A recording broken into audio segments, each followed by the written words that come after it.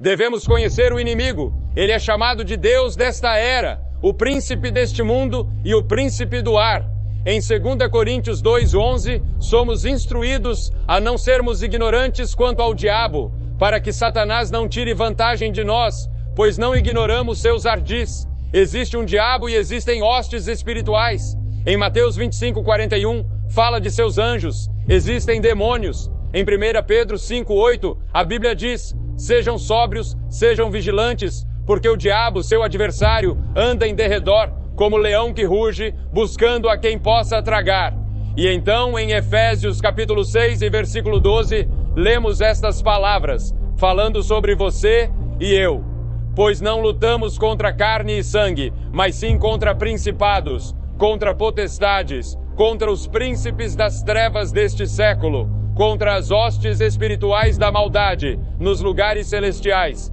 Grande parte do Novo Testamento tem a ver com guerra espiritual, e ninguém está isento desse conflito. A palavra contra se destaca 5 vezes em Efésios capítulo 6. Somos informados de que não é contra carne e sangue, mas contra 4 coisas: principados, poderes, governantes mundiais, hoste espiritual. Agora, alguns dos nomes que são dados a Satanás e ao diabo e ao tentador na Bíblia são, é claro, Satanás, o enganador, um mentiroso, um assassino, um acusador, o príncipe no poder lá, o príncipe deste mundo, o Deus desta era, o destruidor, o maligno, Belzebu. Todos esses nomes são dados a uma pessoa que chamamos de Satanás. Agora, a Bíblia fala de suas artimanhas, seus dispositivos, suas armadilhas. A Bíblia avisa que ele engana, ele seduz, ele se opõe, ele resiste, ele engana, ele semeia tarefas, ele tenta, ele persegue, ele blasfema. Muitas pessoas perguntam: de onde veio o diabo? De acordo com Isaías 14, ele aparentemente se revoltou contra Deus. Ele era o maior e o mais belo de todas as criaturas criadas por Deus. E por alguma razão misteriosa desconhecida, lá atrás nos éons do tempo, ele liderou uma revolta contra Deus. E ele foi expulso do céu e pousou neste planeta. Ele tem lutado contra os propósitos de Deus desde então.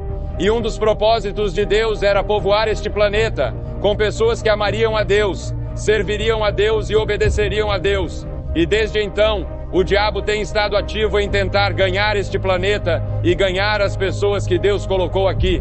Agora o diabo tenta nos fazer pensar que ele está no inferno, mas ele nunca esteve no inferno. O diabo está andando por aí, procurando a quem possa devorar. Existem 3 tentações, e ele sempre usa as mesmas 3. Ele as usou com Jesus, ele as usou com Eva, Adão e Eva no jardim do Éden. Ele as usou em você. Da mesma forma, ele não varia. São as mesmas coisas. Primeiro é a concupiscência da carne. Segundo, a concupiscência dos olhos. E terceiro é o orgulho da vida. Agora, a primeira vez que ele veio a Jesus para tentá-lo, ele o tentou a transformar pedras em pão.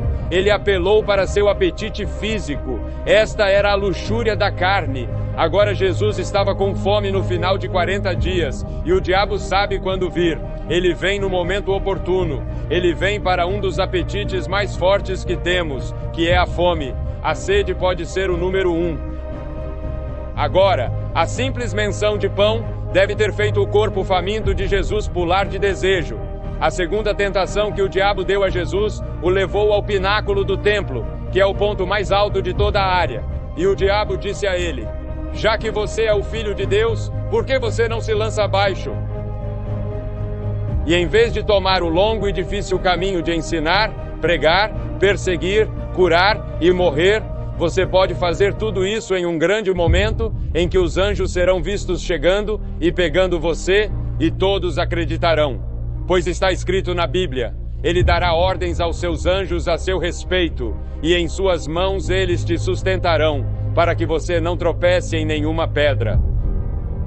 O diabo usa as Escrituras, e Jesus respondeu novamente: está escrito. Ele usou isso 3 vezes. Está escrito. É importante conhecer a palavra de Deus, e quando Satanás vem com sua tentação, você cita um versículo das Escrituras. Essa é uma coisa que ele não suporta. É a espada do Espírito. É a única arma que você pode usar. O plano de Deus era que ele fosse para a cruz e morresse pelos nossos pecados. E se ele não tivesse feito isso, nenhum de nós poderia ter sido salvo. A terceira tentação foi a tentação da ambição. O diabo agora usa seu trunfo. Nenhuma outra pessoa na história jamais havia resistido a esta. Ele leva Cristo a uma alta montanha e lhe mostra todos os reinos do mundo em um momento de tempo. E o diabo lhe disse: todo esse poder, todos esses reinos, todas essas nações, todas essas riquezas, toda essa glória, eu te darei. Se você me adorar, apenas dobre seus joelhos por alguns minutos. Incline sua cabeça para mim e tudo será seu. Em um momento de tempo, o esplendor, a soberania, o poder, a pompa, o poder deslumbrante de Nínive e Babilônia e Pérsia e Grécia e Egito e Roma e França e Alemanha e Itália, China e Índia e América e União Soviética passam diante de Jesus. Ele poderia ter tido tudo, mas o orgulho de Satanás seria satisfeito para sempre se apenas Jesus Cristo, o Filho de Deus, se curvasse a ele. Esta é a imagem mais covarde e rastejante do que Satanás realmente é. Ele tem fome de glória e adoração. Você nunca é mais parecido com o diabo do que quando quer crédito pelo que faz. O diabo prometeu a Cristo tudo isso, se ele dobrasse os joelhos diante dele. Mas ele consegue muitos de vocês mais barato do que isso. Tão barato. Se os homens apenas o preservassem, ele lhes daria fama, honra, riqueza e posição. As pessoas hoje sufocarão suas consciências, assassinarão seus princípios, se comprometerão com o mal para garantir o que desejam. Satanás diz por um momento, curvando a cabeça, e esse dinheiro será seu. Esse cargo será seu. Esse prêmio político será seu. Essa posição será sua. Essa fama será sua. Esse negócio será seu. Essa satisfação sexual será sua se você apenas se curvar para mim. E quantas pessoas fazem isso?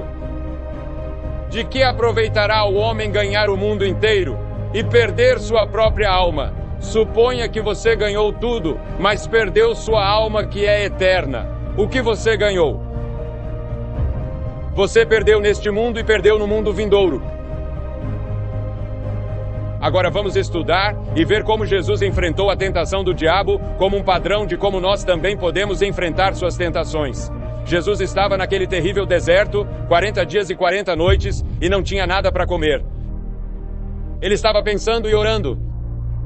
Mas Jesus também era obediente à vontade de Deus. Ele passava seu tempo em oração. Ele tinha um conhecimento total das Escrituras. E naquele momento, quando ele estava com fome e cansado do sol, do calor e de todo o deserto, o tentador veio. Ele não tinha companhia humana. Jesus estava sozinho naquele deserto. Agora, como Cristo obteve a vitória, vamos resumir um momento, porque isso vai te ajudar quando você tiver que enfrentar o tentador, quando você for para casa hoje à noite, ou amanhã no escritório, ou na escola, ou onde quer que você esteja.